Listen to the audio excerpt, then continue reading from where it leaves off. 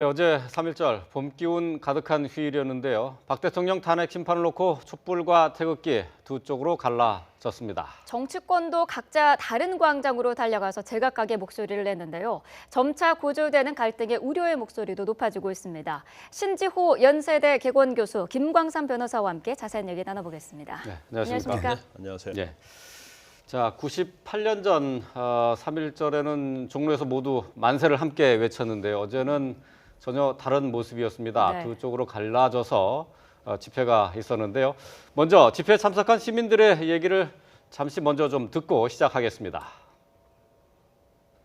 모든 국민이 대한독립 만세를 외친 날이잖아요. 근데 현재 지금 시국이 좀 어수선하고 너무 안타깝고 좀 빨리 안정되기를 기원하는 마음에서 특검에서나 여러 가지 예를 들어서 기소하는 내용 같은 걸 봤을 때 굉장히 어떤 불합리한 면이 있다고 이래 판단되기 때문에 네, 서울 한 도심 복판에서 두 집회가 열렸기 때문에 당초에는 충돌이 좀 우려가 됐었습니다. 하지만은 큰 불상사 없이 마무리가 잘 됐습니다. 그 어제 집회의 특징을 꼽으라면요. 네. 그 태극기건 촛불이건 집회 주최 측 있잖아요. 주최 측이 주로 이제 마이크를 잡고 예. 집회를 이제 주도해 나가지 않습니까? 각종 네. 구호도 외치고 그 연설도 하고 그러는데요. 이 주최 측은 굉장히 뭐랄까 강경한 어떻게 보면 굉장히 극렬한 그 어떤 구호까지도 약간 선동적이죠. 외치고 선동적인 이런 그러니까 주최 측이 그렇게 좀 극렬한 선동을 했음에도 불구하고 일반 참가자들은 상당히 냉정하고 침착성을 유지했다라고 하는 게 네. 촛불 집회나 태극기 집회 양측 모두에서 나타난 그 공통적 특징이 아니겠는가. 그렇기 때문에 그 지근거리에서 그렇게 수많은 인파들이 서로 완전히 정반대의 주장을 했음에도 불구하고 서로 그 무력 충돌하는 불상사가 안 일어난 원인이 바로 거기에 있는 게 아닌가 보여집니다. 네, 경찰 측이 집회 인원을 집계를 하지 않았기 때문에 서로 주최 측이 그 집계한 인원수를 내놨죠. 네, 뭐 촛불 집회 측에서는 30만이다 이 네. 얘기했고요. 태극기 집회 측에서는 이제 500만이라고 얘기를 했어요. 네. 그런데 뭐 우리 이전에 이제 경험을 보면 대구 이제 100만 정도를 촛불 집회 측은 주장한 적이 있어요. 근데 네.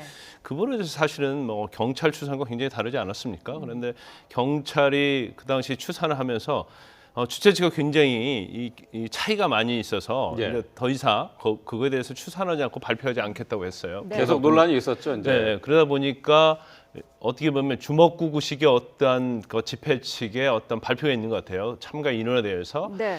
그런데 사실 어떻게 보면 부르는 게 갑이다 이제 이런 얘기 나올 정도죠. 네.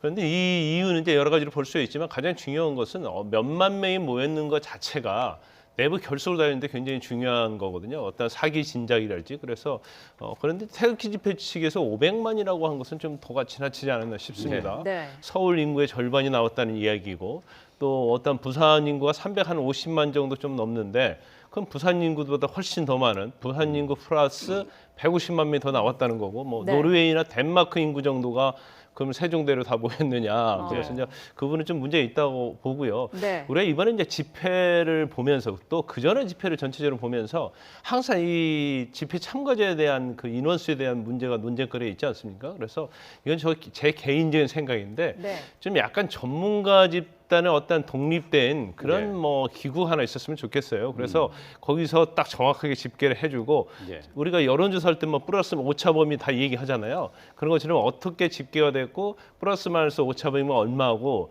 이제 그런 것까지 다 공개를 하면 그 부분에 대해서는 국민의 알 권리랄지 정확하게 어떤 집회 참가자들을 알 수 있는 뭐 그런 형식의 어떤 제도가 좀 하나 필요했으면 좋겠다. 이번 뭐 탄핵 집회를 보면서 그런 예. 생각을 하게 됩니다. 예. 네. 집회 주최 측에서는 당장에 좀 많은 숫자가 왔으면 좋겠다는 그 뜻이 네. 그 표현이 됐다고도 볼 수가 있겠는데, 근데 500만하고 30만 좀 차이가 많이 났어요. 10배 이상 차이가 났는데, 그러니까 태극기 집회 측에서 너무 과장한 것 아니냐, 이제 그거 너무 극명하게 차이가 나니까 그런 비판을 좀 받을 수가 있을 것 그렇게 같습니다. 볼 수밖에 없는데요. 그러니까 이제 지방에서 태극기 집회 측 주최 측이 지방에서 400대 이상의 전색 버스가 왔다. 예. 이렇게 얘기하면서 이제 500만 명의 근거를 그 주요 근거를 400대 이상의 버스가 상경했다 그러는데요. 예. 네. 그 버스 한 대에 그 정원이 몇 명입니까? 45명 아닙니까? 그 400대가 왔다 할지라도요, 이게 한 2만 명 정도뿐이 안 돼요. 그러니까 예. 2만 명 가지고 500만 명을 어떻게 다 설명할 수 있겠습니까? 예. 그러니까 아무래도 이제 경찰에서 이제 공식 발표를 포기한 이상 우리가 이만큼 많이 왔다. 그러니까 뭐 일종의 기세 싸움 아니겠습니까? 예, 예. 우리가 뭐 대통령께서도 그 태극기가 뭐 촛불의 2배 이상이다. 무슨 근거로 그렇게 말씀하셨는지 모르겠지만 하여간 서로 자기 쪽이 많다. 이런 어떤 일종의 기세 싸움이고 그게 여론이 우리에게 이제 우호적으로 돌아가고 있다라고 하는 어떤 구체적인 증표로 그걸 제시하려고 그러는 건데. 예. 네. 근데 이제 태극기 집회 측의 최대 고민은 이런 것 같아요. 그러니까 광장에서 오프라인상에서 보면 숫자는 굉장히 많이 늘어난 게 사실입니다. 예, 많이 어제 늘어났죠. 저도 예. 그 근처 가봤지만요. 예. 역대 최대급의 그 태극기 집회가 열린 건 맞습니다. 예. 그 숫자가 정확히 몇 명인 거는 차치하고라도요. 네. 근데 문제는 뭐냐면요. 여론조사상에서의 의미 있는 변화가 없다라는 거죠. 그러니까 작년 12월 9일 국회에서 대통령 탄핵 소추안이 의결되기 직전이나 석 달이 지나고 지금 현재 탄핵 심판을 코앞에 두고 있는 지금이나 탄핵 찬반 여론 분포를 보면요. 의미 있는 변화가 일어나지 않고 있다. 예. 이게 아마 태극기 집회 측의 최대의 고민이 되지 않을까 보여집니다. 예. 네. 자, 지금- 어제 뭐 양측이 똑같이 태극기를 들지 않았습니까? 물론 촛불 집회 측은 조금의 그 모양의 차이를 두기 위해서 노란 리본, 세월호를 상징하는 노란 리본을 끝에 달기도 했는데 어떻습니까? 태극기도 이렇게 모습에 좀 차이를 둬야 하는 이런 현실을 어떻게 좀 해석할 수 있을까요? 근데 이제 태극기 집회에서 이제 태극기라는 것이 국가의 어떤 상징이지 않습니까? 예. 이제 화합, 또 단결 이제 그런 걸 의미하는 건데 지금 사실 태극기 집회에서 그러니까 맞불 집회 우리가 말하는 이제 탄핵 반대 집회에서 네. 태극기를 사용하고 있단 말이에요. 예. 그런데 태극기를 든 것과 안 든 것이 굉장히 차이는 탄핵을 반대하느냐 반대하지 않느냐 이제 그런 의미가 어떻게 보면 의도하지 않았던 의도했던 걸 그게 부여가 돼버린 겁니다. 네. 그래서 사실 뭐 지자체 단체 같은 경우도 태극기와 관련된 특히 3.1절과 관련된 어떤 행사를 하는 데 있어서 3.1절과 관련된 행사를 하려면 유관순 열사가 태극기를 흔드는 그게 가장 상징적인 거 아니에요? 그렇죠. 그럼 네. 태극기를 흔들어야 하는데 마치 태극기를 흔들면 태극기 집회의 어떤 동조하는 것처럼 네. 탄핵을 반대하는 것처럼 비치기 때문에 그 부분에서 굉장히 이제 고민이 있는 거죠. 그래서 네. 어제는 굉장히 3.1절이기 때문에 의미 있는 날이었고 그리고 촛불 집회 자체도 태극기를 들어야 하는데 굉장히 고민을 많이 한 거죠. 그래서 탄핵 반대 집회에 드는 태극기와 좀 다르게 이걸 하자 해서 고민을 했던 게 아마 그 위에 노란 리본을 다는 걸로 생각했던 것 같아요. 예, 네. 그렇죠. 그 양측 이제 원래 이제 탄핵 반대 집회를 그 주최한 측에서 이제 태극기를 먼저 선점하지 않았습니까? 그랬죠. 그러면서 이제 그 집회는 또 태극기와 함께 또 성조기도 같이 네. 등장을 했어요. 예. 그러니까 지금 태극기를 이제 선점한 이제 탄핵 반대 집회 측에서 이제 태극기 네. 집회를 계속 유지를 하고 있는데 이것도 이제 하나의 또 프레임 전쟁이 될 수 있는 부분이 되지 않을까요? 그렇습니다. 그러니까 최순실 국정농단인데 그 탄핵도 찬반 뭐 반대 집회인데 왜 뜬금없이 성조기가 등장하는가? 예. 이게 이제 일반인들이 굉장히 의아해하는 대목 아니겠습니까? 네. 근데 제가 태극기 집회에 매주 참가하는 분들하고 몇 분 얘기를 나눠봤습니다. 근데 네. 이분들은 그래요. 박근혜 대통령이 잘못한 거 본인들도 인정한답니다. 예. 아, 박근혜 대통령이 이렇게 최순실 사람 잘못 보고 그런 식으로 한 거는 박근혜 대통령이 책임져야 된다. 예. 그러나 이렇게 이를테면 그분들은요, 약간 이제 나이 드신 분들이라고 야권 인사들, 예를 들면 제 생각이 아니라 그분들 입장에서 보면 문재인 전 대표 같은 경우에 상당히 좀 이렇게 그 좌익 성향 뭐 이런 게 있는 게 아니냐, 예. 뭐 이런 그 우려가 있으세요, 그분들은. 예, 예. 네. 그러니까 이 안보 불안. 그 어제도 보면요, 태극기 집회 그 옆을 지나다니다 보니까요, 6.25 전쟁 노래가 막 나옵니다. 예. 도대체 국정농단 사건에 이제 우리 우리 잊으랴 그 6.25 예. 노래가 왜 나옵니까? 예. 그러니까 바로 이게 이렇게 대통령이 탄핵되면은 그런 좀 약간 위험한 그 종북 세력들이 나라를 좌지우지하게 되면 이 대한민국 안보가 절단날 수도 있다라고 하는 우리가 봐서는 근거가 좀 부족하지만 예. 그분들의 그런 우려가 있는 것 같아요. 예. 네. 그러다 보니까 이런 성조기가 등장하지 않나 보여집니다. 네. 자, 어제 광장에는 여야 대권 주자들도 각각 다른 방향으로 향하긴 했습니다. 어김없이 단상에 올라가서 목청을 높인 인물들도 물론 있었는데요. 영상을 통해서 먼저 그 모습 확인하겠습니다. 촛불이란 게 누굽니까? 어둠이 내리면 복면을 쓰고 촛불 횃불을 들고 나타나 붉은 길을 흔들며 박근혜 대통령과 대한민국을 저주하는 어둠의 자식들이 아닙니까? 저들은 참으로 편할 때만 대한민국 국민이에요. 여러분, 촛불이 바람 불면 꺼집니까? 꺼집니다! 촛불이 비가 오면 꺼집니까? 꺼진다! 촛불이 태극기로 덮으면 꺼집니까, 여러분? 꺼집니다! 네, 김평호 변호사 같은 경우에는 오늘자 몇몇신문에 광고까지 냈습니다. 뭐 탄핵소추안을 두고 동서고금에 유례없는 섞어찌개식 속임수다라는 광고를 냈는데 혹시 보셨습니까? 이제 뭐 이것뿐만 아니라 전에도 냈었죠. 뭐 네. 원로 법률가다고 해서 네. 그래서 이제 그 부분에 대해서도 논란이 좀 많이 있었는데 네. 사실 뭐 지금 보면 집회에서 이제 촛불 자체를 비판하고 있지 않습니까? 그런데 저는 뭐 지금 태극기 집회가 됐건 촛불 집회가 됐건 이건 이제 표현의 자유라고 봐요. 이제 집회 결사의 자유도 있고 그래서 네. 왜 탄핵이 되는가, 왜 탄핵이 돼서는 안 되는가 그거에 대해서 이 얘기하는 것은 당연히 표현의 자유 영역이라고 생각하는데 예. 상대방을 비판한다랄지 특히 헌법재판관에 관련된 그런 개인에 대한 공격 또 국회에서 추천을 했고 대통령이 지명한 특검에 대한 뭐 개별적인 공격을할지 뭐 어떤 초상화를 놓고 불에 태우고 몽둥이로 때리고 그 자체는 표현의 자유 영역을 아주 벗어나도 한참 벗어났다고 생각합니다. 그래서 그런데 열중할 게 아니고 일단 뭐 정치인도 마찬가지죠. 이제 촛불 집회에 나온 정치인도 뭐 표현할 수 있는 거 아닙니까? 나는 탄핵에 찬성이기 때문에 탄핵이 반드시 돼야 한다. 거기까지는 허용이 된다고 하지만 그 도를 넘어선 것은 굉장히 과도하다 이렇게 봐요. 그리고 지금 현재 탄핵에 대해서 지금 인용이 될지 기각이 될지 결론이 안 나왔어요. 네. 그런데 지금 탄핵을 계속 김평호 변호사 같은 경우는 불복하겠다는 취지로 계속 얘기하고 있지 않습니까? 그러면 탄핵이 기각이 돼도 불복하겠다는 얘기인지 그 부분을 좀 명백히 해줬으면 좋겠어요. 물론 전제는 탄핵이 인용이 되면 불복하겠다는 취지겠지만 그렇죠. 결과에 대해서 불복하겠다고 하는데 결과가 지금 나오지 않은 상태예요. 그래서 그런 것들은 좀 합당하지 않다고 생각하고요. 또 어떤 법률가 저분이 만약에 박근혜 대통령 법률 대리단이 아니고 그냥 뭐 거기에 참여하신 변호사라면 뭐 저기 연단에 올라가서 얘기하는 건 뭐 별 문제가 없다고 보지만 변호사는 법정에서 변론으로 얘기하고 법률적이고 사실에 관한 얘기를 해야 하거든요. 그래서 그런 어떤 탄핵과 관련된 집회를 보면서 그런 부분이 굉장히 아쉬운 거죠. 네. 자, 헌재에서 이제 어떤 결정이 나오든 간에 촛불 집회나 태극기 집회나 불복하겠다 하는 불복을 시사하는 발언들이 지금 거침없이 나오고 있어요. 이런 부분은 좀 아쉽고 유감스러운 부분인데 태극기 집회가 있기 전날에 박 대통령이 박사모에 100만 통의 그 러브레터를 잘 받았다. 이렇게 감사 메시지를 전한 게 있습니다. 이게 또 논란이 되고 있는데 정치적인 어떤 의도가 있는 것 아니냐 하는 지적이 있습니다. 뭐 청와대 측에서는 당연히 없다고 얘기하겠지만요. 이게 이제 박 대통령 생일이 2월 뭐 1일이었나 2일이었나 그때 전달된 건데 하필 왜 요 시점에 거기에 대한 감사의 편지 이걸 또 보냈는가 하는 건데요.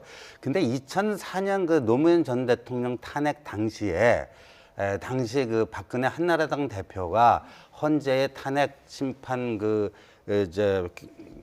뭐 결론 발표를 앞두고 그때 얘기했던 게 어떻게 결정이 나든 여기에 승복을 하고 정치권은 국민이 분열되지 않고 다시 통합이 되도록 정치권은 노력을 해야 된다. 이런 어떤 그 성명을 발표했단 말이에요.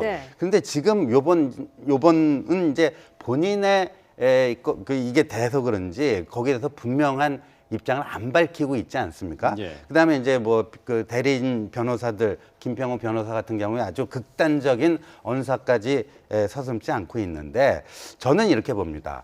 저는요. 오히려 정치인이나 법조인이 일반인들이 승복을 못한다 할지라도 책임 있는 정치인과 법조인은 승복해야 한다고 해야 되지 않습니까? 그게 정말 리더고 이 사회의 리더로서 해야 될 역할인데 지금 거꾸로 되고 있어요. 오히려 정치인이나 법조인들이요 이게 승복할 수 없다는 식으로 이제 선동하고 있는데 그렇습니다. 어제 집회에서도요 그렇게 선동하는데도 이 일반 참가자들 사이에서는 어떤 충돌 없이 무사하게 끝나는 것도 그렇지만요.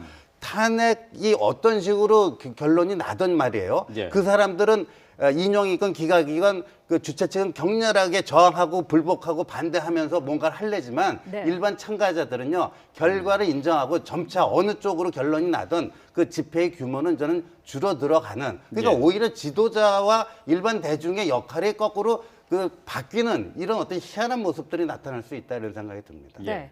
지금 뭐 대한민국이 두 동강 났다. 그래서 그 우려의 목소리도 좀 많이 나오고 있는 게 현실인데 탄핵 심판 결과가 나온 이후가 더 걱정이다라는 평가도 있거든요. 어떻게 좀 해결을 해야 될까요?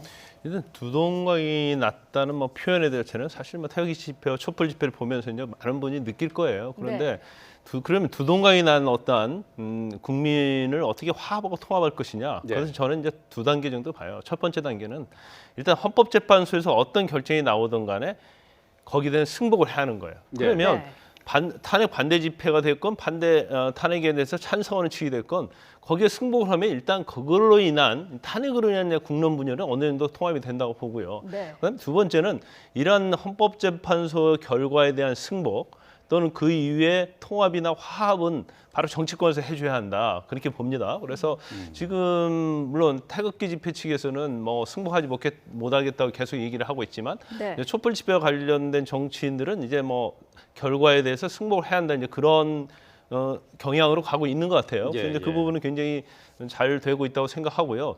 근데 좀 저희가 염려스러운 부분이 좀 있죠. 어떤 부분이냐면 일단 탄핵의 결정이 나올 수 있는 경우 수가 굉장히 많아요. 첫 번째는 이제 전원일치로 탄핵 뭐 인용이 나온다. 예. 이제 그렇게 되면은 사실은 좀 저희가 볼 때는 국론 분열 측면에서 그렇게 많이 분열은 되지 않을 것 같아요. 네. 왜냐하면 너무 전원일치면은 일방적인 거지 않습니까?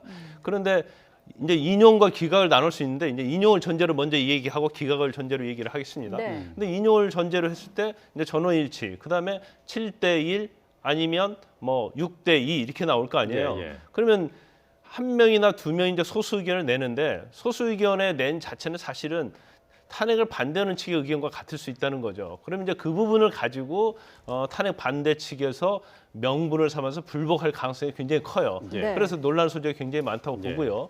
또 탄핵이 기각되는 경우, 예를 들어서 뭐 5대3 정도 된다고 하면 사실 3명이 반대하는 거잖아요. 그걸 5명 오히려 탄핵을 찬성하는 데 불구하고 어떻게 보면 소수가 다수를 눌러서 탄핵이 기각이 됐음에도 불구하고 예. 결론적으로 보면 탄핵이 기각된 거단 말이에요. 그러면 예. 3명의 소수 의견을 가지고 더욱더 반대 집회 측에서 이걸 가지고 또 악용할 수 있는 예. 이제 그런 경우 수가 굉장히 많아서 그러니까, 탄핵의 예. 결정도 중요하지만 예. 몇 대 몇으로 인용이 되냐 기각되느냐 이제 그 부분도 굉장히 중요하다고 봐요. 네. 그러니까 헌재 결정이 만장일치로 결정이 나지 않는 한 그러니까 그렇죠. 소수 의견을 밑바탕으로 삼아서 탄핵 찬성이나 탄핵 반대 집회 쪽에 어떤 그 논리적인 근거가 될 수 있다 이제 그런 이제 말씀을 하신 거 아니겠습니까? 그러니까 탄핵 결정이 어떤 식으로 헌재에서 어떤 결정을 내리든 간에 갈등이 불가피하다 이렇게 봐야 되나요? 근데 갈등은 불가피한데요. 만약에 인용이 되면 바로 60일 내